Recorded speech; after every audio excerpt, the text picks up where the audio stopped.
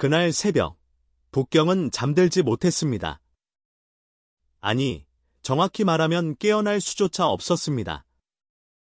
도시를 감싸고 있던 침묵은 어느새 물의 포효로 바뀌었고, 21세기의 심장이자 중국의 수도였던 이 도시는 단 몇 시간 만에 문명의 구심점에서 거대한 수몰지로 전락했습니다. 누군가는 말했습니다. 북경이 무너진 것이 아닙니다. 시간이 멈춘 것입니다. 천둥처럼 쏟아지는 빗방울은 창문을 두드리는 것이 아니라 마치 경고를 외치는 듯했습니다.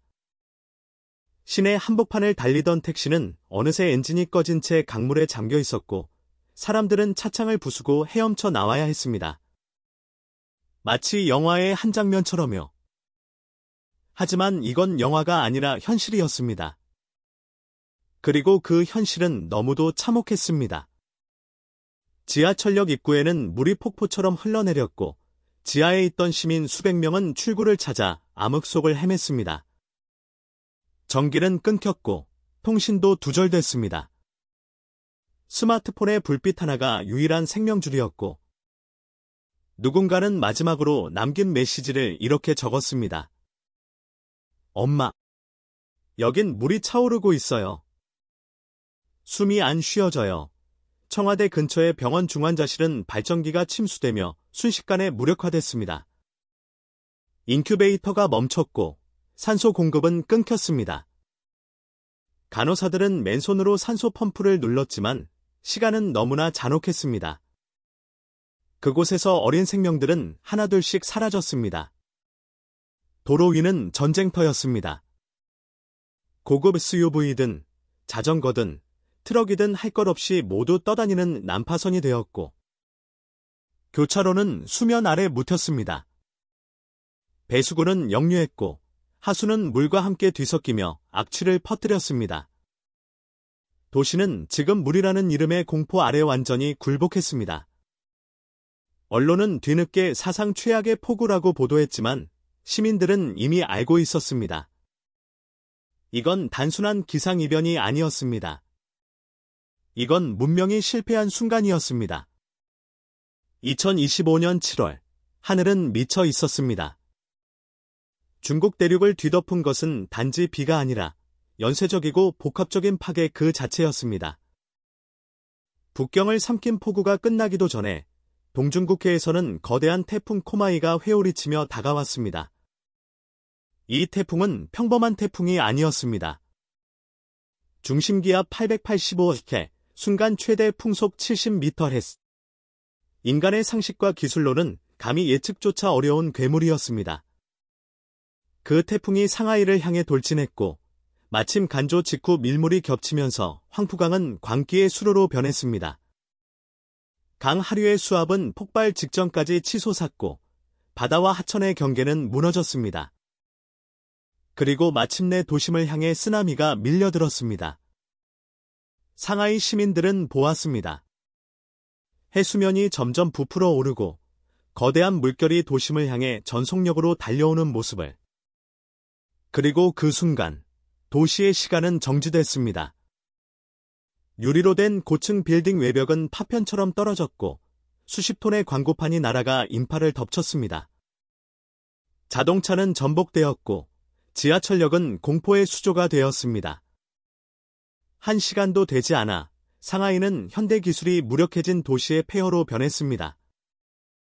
푸동공항은 활주로 전체가 물에 잠겨 고립되었고 비행기는 연료 공급이 끊겨 폐허가 되었습니다. 황푸강 둔치에 있던 수천 명의 피서객들은 사라졌습니다.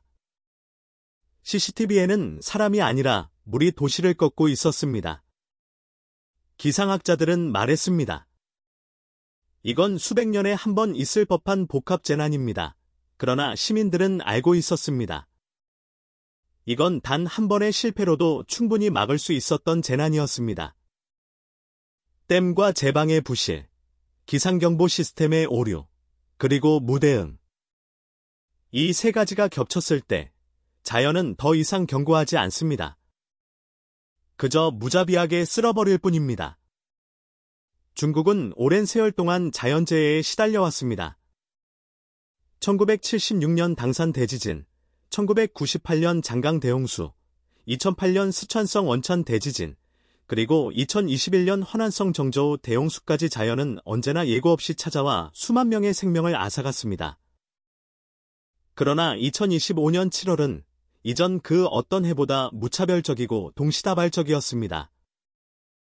과거에는 지역별 재난이었던 반면 이번 재난은 전국 동시 붕괴를 의미하며 현대 중국이 구축해온 디지털, 산업, 교통 시스템이 연쇄적으로 무너지는 모습을 적나라하게 보여주었습니다. 전문가들은 기후변화, 인프라 과부하, 도시 집중화, 그리고 수문 조작 실패가 겹쳐져 이번 재난이 자연과 인재의 복합체로 나타났다고 평가합니다.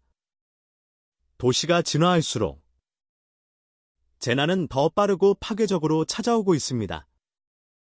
상하이에서의 파괴는 단순한 홍수가 아니었습니다.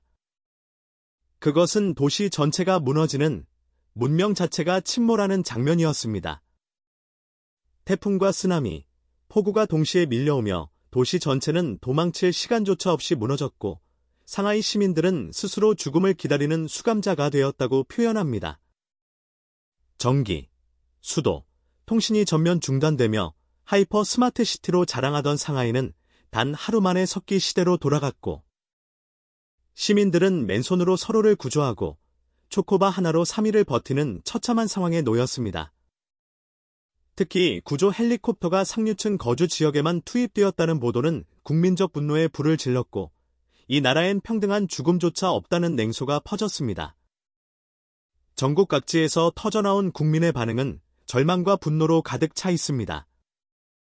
북경 시민들은 정부 청사 앞에서 경고는 어디 있었나 책임자를 공개하라는 팻말을 들고 시위를 벌였으며 상하이 시민들은 구조지연과 실종자 은폐 의혹에 대해 집단 서명을 시작했습니다.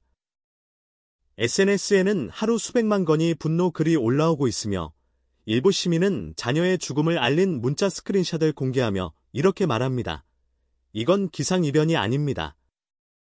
이건 정부의 무능, 탐욕, 그리고 무책임이 만든 살인입니다.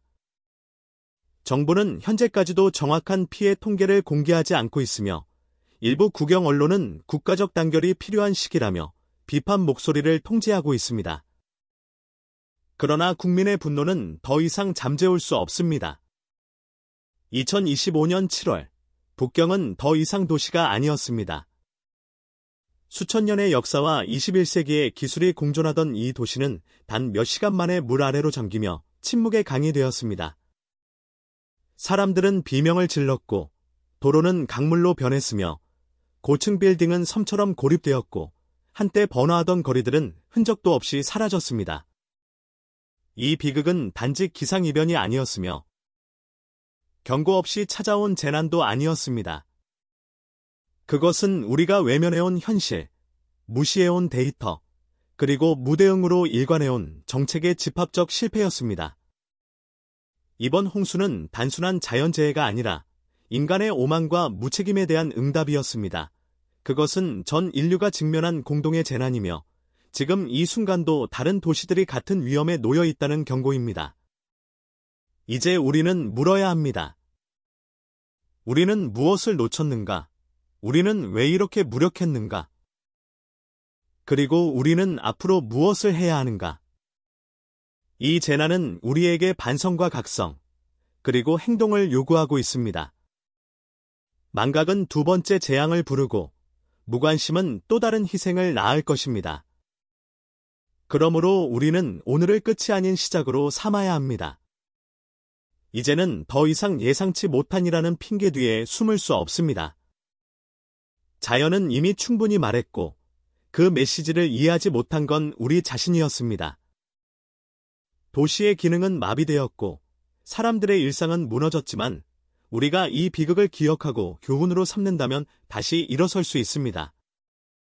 기억하십시오. 북경은 우리 모두의 미래를 보여주는 거울이었고 그 거울 속에서 우리가 본 것은 단지 침수된 도시가 아니라 책임 없는 문명의 실루엣이었습니다. 끝까지 시청해주셔서 감사합니다. 그리고 살아남은 모든 이들에게 진심 어린 위로와 존경을 보냅니다.